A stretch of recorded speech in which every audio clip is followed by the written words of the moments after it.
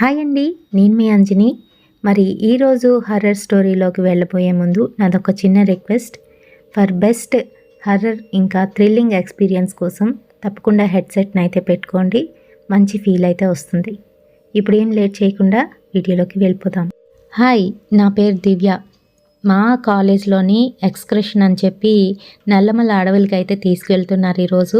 So friends, మీ అందరికీ కూడాను ఇక్కడ ఏంటేంటి ఉన్నాయి, మేము ఎక్కడెక్కడికి వెళ్ళాము అనేది ఈ వ్లాగ్లోనైతే చూపించబోతున్నాను అని చెప్తూ దివ్య తనకి తానే వీడియో తీసుకుంది అండ్ బస్ అయితే ఎక్కింది. సో దివ్య వాళ్ళ ఫ్రెండ్స్తోని చాలా ఎంజాయ్ చేస్తుంది. బస్సులో అంతా కూడాను చాలా అల్లరి చేశారు. అండ్ అలాగే వాళ్ళ లెక్చరర్స్ ఎవరైతే ఉన్నారో వాళ్ళందరూ కూడాను వీళ్ళనైతే అస్సలు కంట్రోల్ చేయలేమని అనుకుంటున్నారు. అండ్ ఆ అడవులకి దగ్గరికి వెళ్ళిన తర్వాత వాళ్ళు ఏంటంటే ఒక దగ్గర రోడ్ బాగోకపోవడం వలన అక్కడ టేక్ డైవర్షన్ అని ఉంటుంది. సో అక్కడైతే బస్ని టర్న్ చేసి ఆ వేలోనైతే వెళ్తూ ఉంటారనమాట. బస్ డ్రైవర్కి అయితే ఆ వే అంతా కూడా కొట్టిన పిండి కాబట్టి ఈజీగా తీసుకువెళ్తున్నాడు. బట్ కొంత దూరం వెళ్ళాక ఏంటంటే అక్కడ కూడా రోడ్ అంతా పాడైపోతుంది. పైగా చిన్నగా వర్షం అయితే స్టార్ట్ అవుతుంది. సో డ్రైవర్ ఏం చేస్తాడంటే, మేడం వర్షం పడుతుంది, ఈ వే అంతా కూడా చాలా దరిద్రంగానైతే ఉంటుంది, ఇక్కడ కొంతసేపు పిల్లలకి చూపించవలసినవేవో చూపించండి, ఆ తర్వాత మన జర్నీ అయితే స్టార్ట్ చేద్దామంటాడు. సో అదేవిధంగా వాళ్ళు ఏంటంటే అక్కడ దిగి అక్కడ ప్లేసెస్ అన్నీ కూడా చూస్తూ ఉంటారు. బట్ అన్ఫార్చునేట్లీ ఆ ప్లేసెస్ వాళ్ళ దిగిన ఏరియా ఏదైతే ఉంటుందో అక్కడున్న ట్రైబల్స్ అక్కడ శవాలని పాత పెట్టేవారనమాట. సో వీళ్ళకి ఆ సంగతి అయితే తెలీదు. అండ్ దిగగానే ముందు అమ్మాయిలు చేసే పని ఏంటి అని అంటే వాష్రూమ్. సో అదే పనిగా వీళ్ళందరూ కూడా దిగి వెళ్తారు. దివ్య అయితే ఒకవైపు వెళ్ళి చాలా లోపలికి అయితే వెళ్తుంది.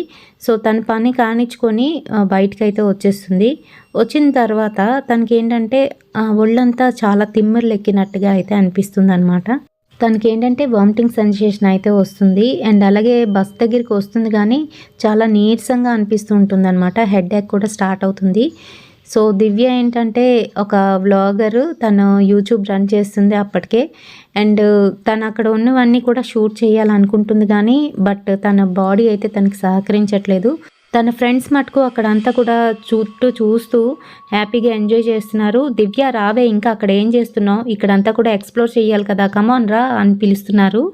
బట్ దివ్య మటుకు ఏం చేయలేకపోతుంది. ఏం లేదు, కాస్త వాటర్ తాగి వస్తానని చెప్పి బస్ అయితే ఎక్కుతుంది. బస్సులో ఎవరు లేరు, ఎందుకంటే అందరూ కిందకి దిగారు, అంతా కూడా చూస్తున్నారు.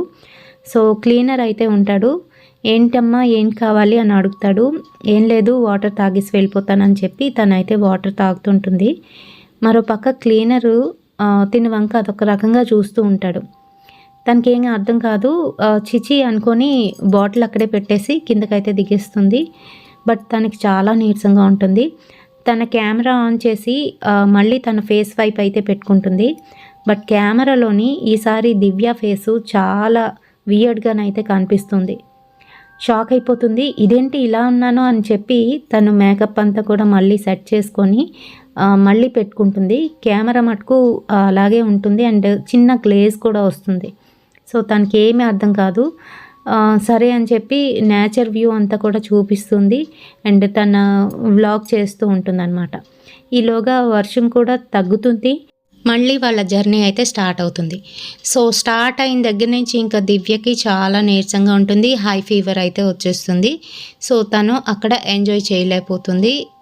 లాస్ట్లో ఏంటంటే మళ్ళీ వీళ్ళందరూ రిటర్న్ వచ్చేటప్పుడు బస్ ఎక్కుతుంది. తను బస్ ఎక్కి కళ్ళు మూసుకొని పడుకుండిపోతుంది. సో మధ్యలోని ఏంటంటే హారన్ వినిపిస్తుంది. ఏదో బస్కి అడ్డు వచ్చినట్టుగా గట్టిగా హారన్ వేస్తూ బ్రేక్ అయితే వేస్తాడు డ్రైవరు. వేసేసరికి ముందుకు అందరూ కూడా పడతారనమాట. సో తను కళ్ళు తెరిచి చూసేసరికి బస్లో ఎవరూ లేరు. చాలా షాక్ అయిపోతుంది. అండ్ ఆ క్లీనరు డ్రైవర్ మాత్రమే ఉన్నారు. క్లీనరు మళ్ళీ తిని వంక అదొక విధంగా చూస్తున్నాడు. దీనికి ఏం చేయాలో ఏంటో అర్థం కావట్లేదు. ఈలోగా క్లీనర్ మొహం అంతా కూడా మారిపోయింది. తను దగ్గరికి అయితే వస్తున్నాడు దివ్య దగ్గరికి. క్లీనర్ కళ్ళు ఎర్రగానైతే మారిపోయాయి అండ్ తన పళ్ళేమో పెద్ద పెద్దవిగా అయిపోయి దగ్గరికి అయితే వచ్చేస్తున్నాడు. అండ్ గట్టిగా అరిచింది దివ్య. అరిచేసరికి దివ్య దివ్య ఏంటి అంత గట్టిగా అరుస్తున్నావు, ఏం లేదమ్మా, ఏదో కల వచ్చింది, అందుకనే రాత్రప్పుడు హర్రర్ మూవీస్ చూడొద్దని చెప్పేది. ఏంటి మళ్ళీ అదే కల కన్నావా? అందుకే ఆ దిక్కుమాలిన కాలేజీ ఎక్స్కర్షన్కి వెళ్ళొద్దని చెప్పాను. వినిపించుకుంటేనే కదా నువ్వు మీ నాన్న నాకు బాగా తయారయ్యారు అంటూ తిట్టుకుంటూ వెళ్ళిపోతుంది. తను ఎక్స్కర్షన్కి వెళ్ళి 1 వీక్ అయితే అవుతుంది. అప్పుడు జరిగిన ఇన్సిడెంట్ తనకు అలా రిపీటెడ్గా కల్లోనైతే వస్తూ ఉంటుందన్నమాట ప్రతిరోజు కూడా. అండ్ అలాగే తను రోజు సిక్ అవుతుంది. అక్కడి నుంచి వచ్చిన తర్వాత దివ్య ఫీవర్తో ఉండడం వలన వాళ్ళ అమ్మ డాక్టర్ దగ్గరికి అయితే తీసుకెళ్ళింది. బట్ అది నార్మల్ ఫీవర్ అని చెప్పి ఏవో ట్యాబ్లెట్లు అయితే ఇచ్చారు. కానీ అక్కడి నుంచి దివ్య రోజు రోజుకి సిక్ అవుతూనే ఉంది. ప్రతిరోజు కూడా ఇలా అరుస్తూనే ఉంది. వాళ్ళ అమ్మ అయితే హాస్పిటల్కి వెళ్దాం రా అంటే అక్కర్లేదు అని చెప్తుంది ప్రతిసారి కూడా. సో దివ్య ఏంటంటే తను కాలేజ్ మిస్ అవ్వకూడదు, ఇంకా అలాగే ఫ్రెండ్స్ని అస్సలు మిస్ అవ్వకూడదు అనుకుంటుంది. సో అందుకే ప్రతిరోజు కాలేజ్కి అయితే వెళ్ళిపోతుంది. అండ్ అలాగే ఎగ్జామ్స్ కూడా దగ్గర పడుతున్నాయి. అయితే దివ్య రెడీ అయ్యి టిఫిన్ చేసేసింది. టిఫిన్ సగమే చేసి వెళ్ళిపోతుంటే వాళ్ళమ్మ వెనకాతల నుంచి పిలుస్తుంది. దివ్య ఏంటే ఎన్నిసార్లు చెప్పాలి, టిఫిన్ సగం సగం చేయడం ఏంటి, ఫుల్గా చేయలేవా? ప్రతిరోజు ఇలా టిఫిన్లు వదిలేస్తుంటే ఎలాగా? అయినా నువ్వు బాగాలేదు, ఇంట్లో ఉండొచ్చు కదా, ఎందుకు కాలేజ్కి వెళ్తున్నావు? లేదమ్మా, నాకు ఇంక ఎగ్జామ్స్ దగ్గరికి వస్తున్నాయి కదా, ఎందుకు నువ్వు అలా ప్రతిరోజు కాలేజ్కి వెళ్ళొద్దు అని చెప్తావు? ఈరోజు కంపల్సరీ వెళ్ళాలి, ఈరోజు మాకు ల్యాబ్ కూడా ఉంది అని చెప్తూ దివ్య అయితే వెళ్ళిపోతుంది. సో దివ్య వెళ్ళిన తర్వాత వాళ్ళ అమ్మ విసుక్కుంటూ ఆ ప్లేట్ని అయితే తీస్తుంది. అండ్ అలాగే దివ్యని ఎవరికైనా చూపించాలి అని అనుకుంటుంది. వాళ్ళ ఫాదర్ దగ్గరికి అయితే వెళ్తుంది. ఏమండి, దివ్య ప్రవర్తన కొంచెం తేడాగా ఉంది. ఆ ఎక్స్కర్షన్కి వెళ్ళి వచ్చిన దగ్గర నుంచి పిల్ల చాలా వీక్ అయిపోతుంది. ప్రతిరోజు కూడా చెప్తున్నాను డాక్టర్ దగ్గరికి వెళ్దాం, లేదంటే నాతో పాటు రా, గుడికి అయితే తీసుకువెళ్తానని. ఆ పిల్ల వింటేనే కదా. అయితే ఇప్పుడేంటి, అది వచ్చిన వెంటనే డాక్టర్ దగ్గరికి వెళ్ళింది కదా, ట్యాబ్లెట్ కూడా వేసుకుంది, జ్వరం అయితే తగ్గిపోయింది. ప్రస్తుతానికి ఏంటి టిఫిన్ తినట్లేదని హాస్పిటల్కి ఇంకా అలాగే గుడికి తీసుకెళ్తాను అంటున్నావు? నీ చాదస్తాలు చాలా ఎక్కువ అయిపోతున్నాయి ఈ మధ్య. హాస్పిటల్ కంటే ఓకే కానీ గుడికి అని విసుక్కుంటాడు వాళ్ళ నాన్న. అంటే ధర్మారావు గారికి ఇలాంటివేవి కూడా నచ్చవన్నమాట.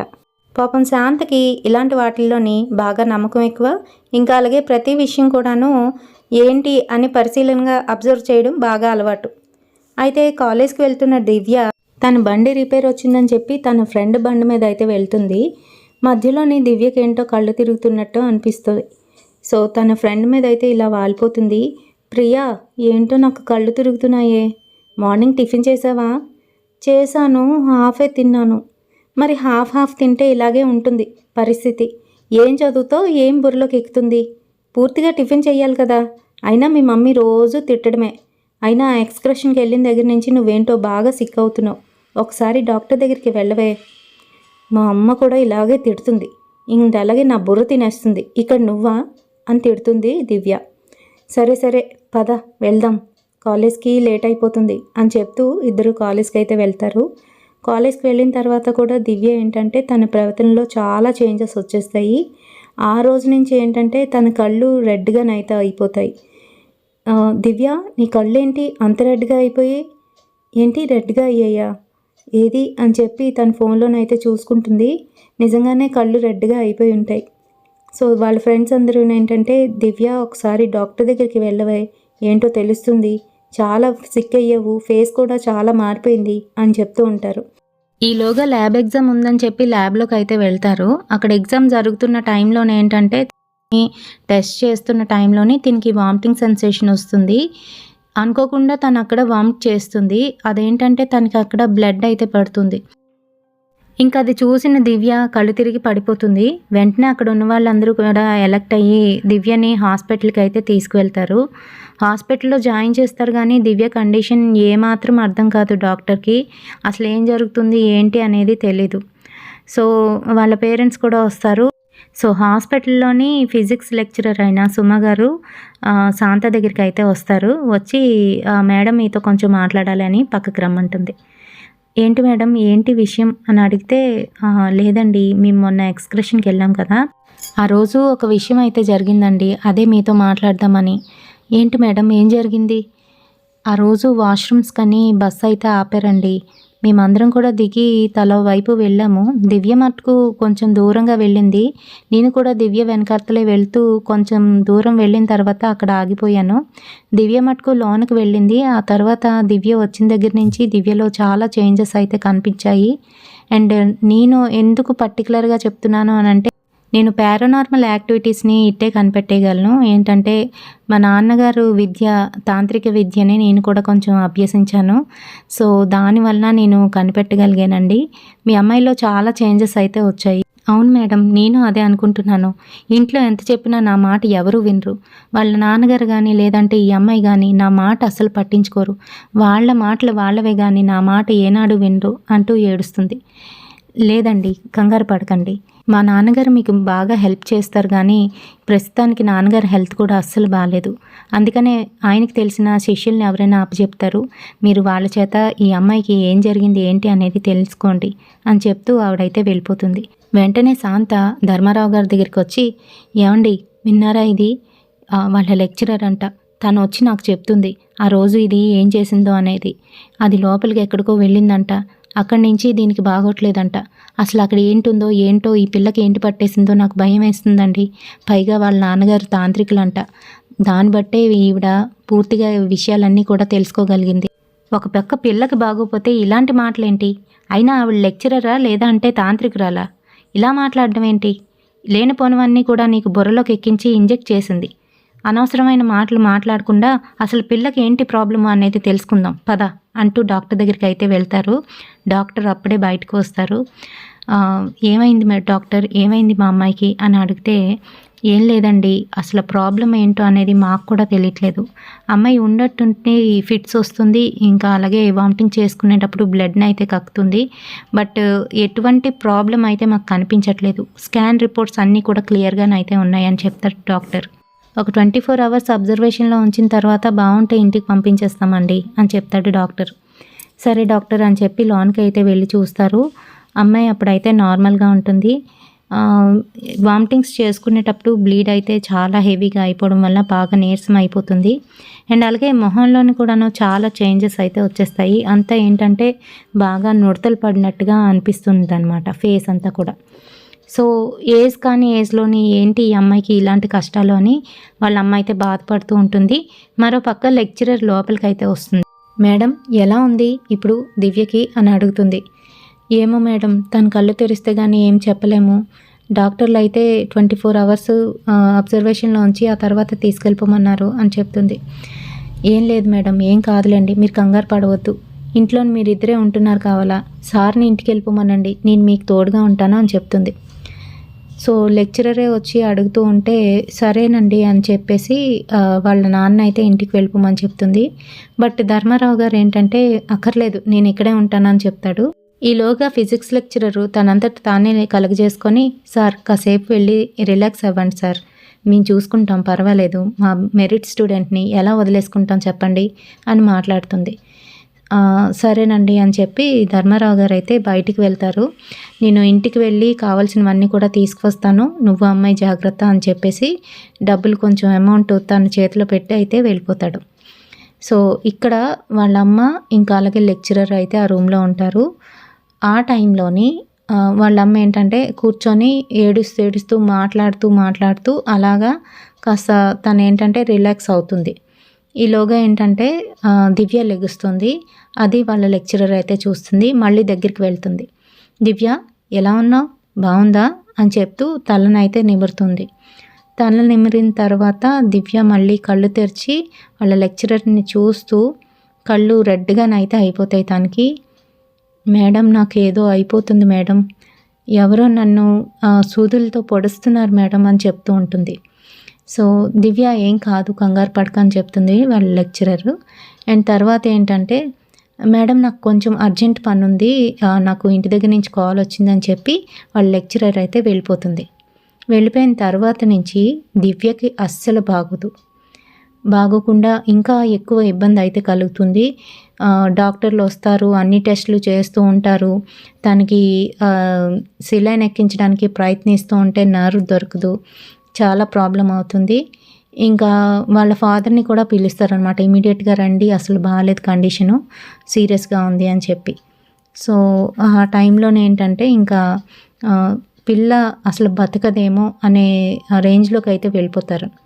ఆ తర్వాత నెక్స్ట్ డే మార్నింగే మళ్ళీ ఆ లెక్చరర్ అయితే పని కట్టుకొని హాస్పిటల్కి అయితే వస్తుంది. ఈలోగా ప్రియ కూడాను లెక్చరర్తో పాటు హాస్పిటల్కి వస్తుంది. దివ్య కండిషన్ చూస్తుంది. చాలా సీరియస్గా ఉంటుంది. దివ్యని వెంటిలేటర్ మీద పెట్టే ఛాన్స్ కూడా ఉంది అన్నట్టుగా అయిపోతుంది అనమాట సిచ్యువేషన్ అంతా అక్కడ. సో అప్పుడేంటంటే, ఆంటీ మీరు బాధపడకండి, మేము అందరం కూడాను ప్రేయర్ చేస్తాం దివ్య కోసం, దివ్యకి ఏం కాదు, దివ్య మళ్ళీ మామూలుగా అయిపోతుంది అని చెప్తుంది. సో అసలు ఇది ఎక్కడి నుంచి స్టార్ట్ అయింది ఏంటి అని చెప్పేసి అందరూ అనుకుంటూ ఉంటారు. బట్ ప్రియకి మటుకు ఏదో డౌట్ వస్తుంది. సో తన డౌట్ క్లారిఫై చేసుకోవడం కోసం ఫిజిక్స్ లెక్చరర్ సుమ ఎటుపక్క వెళ్తుంది, ఏం చేస్తుంది అన్నీ కూడా అబ్జర్వ్ చేయడం మొదలు పెడుతుంది. సో తనైతే దివ్యని చూసేసి దివ్యతో మాట్లాడుతూ దివ్య పక్కన నించుని ఉంటుంది. ఆ తర్వాత దివ్య చేతులు కాళ్ళు కొట్టుకుంటూ ఉంటే ఏం కాదని దివ్య చేతులు కాళ్ళు కూడా ఇలా నిమురుతూ ఉంటుందన్నమాట. నిమిరిన తర్వాత తనేంటంటే ఇంకా నేను ఇంటికి వెళ్ళాలి అని చెప్పేసి మళ్ళీ ఇంటికైతే వెళ్తుంది. సో ఆ లెక్చరర్ వెనకాతలే ప్రియ కూడా వెళ్తుంది. వెళ్ళినప్పుడు తెలిసిన విషయం ఏంటి అని అంటే, అక్కడ వాళ్ళ ఇంట్లోని ఏదో ఒక పెద్ద ముగ్గు వేసి ఉంటుంది. ఆ ముగ్గులోని వాళ్ళ ఫాదర్ని అయితే పడుకోబెట్టి ఉంటుంది. దాని చుట్టూ కూడా ఏంటంటే దీపాలు వెలిగించున్నాయి. అండ్ దివ్య ఫోటోని వాళ్ళ ఫాదర్ పక్కన అయితే పెట్టింది. దివ్యకు సంబంధించిన ఐటమ్స్ అన్నింటినీ కూడాను సేకరిస్తూ, ఈవెన్ తన హెయిర్ని కూడాను సేకరిస్తూ అక్కడైతే పెట్టిందనమాట. ఇదంతా కూడాను ప్రియ చూసేస్తుంది. చూసిన తర్వాత తనకి చాలా డౌట్ వస్తుంది. ఇంకా వెంటనే ఇక్కడ ఉండకూడదు అని చెప్పేసి ఇంటికైతే వెళ్ళిపోతుంది. ఇంటికి వెళ్ళి వాళ్ళ మదర్కి ఇంకా అలాగే ఫాదర్కి కూడా ఈ విషయాలన్నీ చెప్తుంది. వెంటనే వాళ్ళు కూడా ఏంటంటే వీళ్ళకి ఫ్రెండ్స్ అనమాట. సో వాళ్ళైతే ఇమీడియట్గా వీళ్ళ దగ్గరికి వచ్చి ధర్మారావు గారు అండ్ అలాగే శాంత దగ్గరికి అయితే వచ్చి ఈ విషయాలన్నీ కూడా చెప్తారు. మరి మనం చేసేది ఏముంది, ఏం చెయ్యాలి అని ఆలోచించి ఒక పెద్ద తాంత్రికుడు దగ్గరికి వెళ్ళి ఇలా జరిగిందని అన్ని విషయాలు అయితే చెప్తారు. వెంటనే దీన్ని మనం కనుక పాడు చేయకపోతే, అక్కడ జరుగుతున్న తంతుని పాడు చేయకపోతే మీ అమ్మాయి చనిపోవడం ఖాయం అని చెప్పి వెంటనే వెళ్తారు. వెళ్ళి పోలీసుల ద్వారా కూడాను వీళ్ళు ఏంటంటే హెల్ప్ తీసుకొని ఆ లెక్చరర్ని అరెస్ట్ చేయించి అసలు విషయం రాబడతారు. అప్పుడు తెలిసిన విషయం ఏంటి అనంటే, సుమ ఏం చేస్తుంది అనంటే ఈ దివ్య వెళ్ళిన వెనకతలే వెళ్తూ దివ్యకి తెలియకుండానే తన తాంత్రిక విద్యలతోని దివ్యని వశపరుచుకుంటుంది.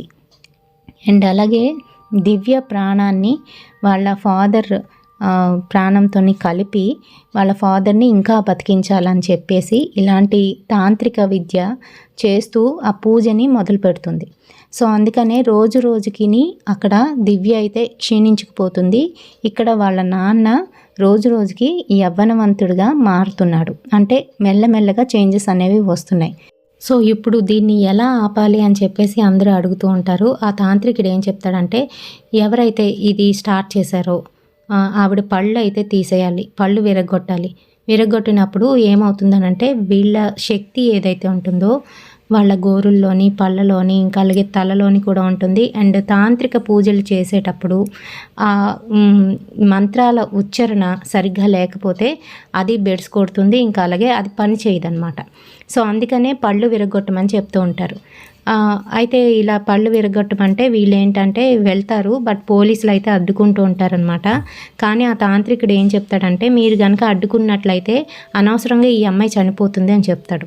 ఈలోగా ఏంటంటే ధర్మారావు ఇంకా తన ఫ్రెండు పోలీసులను విదిలించుకొని ఆవిడ దగ్గరికి వెళ్ళి ఆవిడ కొట్టడం అయితే జరుగుతుంది. వెంటనే తనకున్న పళ్ళు అయితే కొన్ని రాలిపోతాయి అండ్ బ్లీడ్ అవుతూ ఉంటుంది.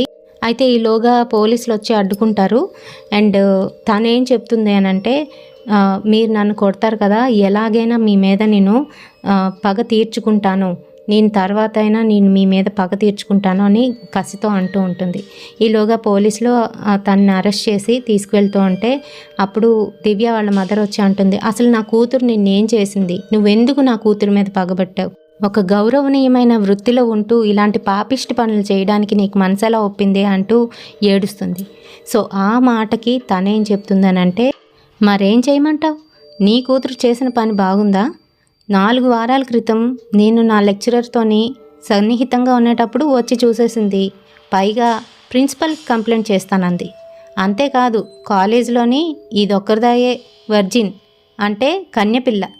సో నేను కూడా నా ప్రయోగాలకి ఇది బాగా పనిచేస్తుందని దీని మీద పగబట్టాను.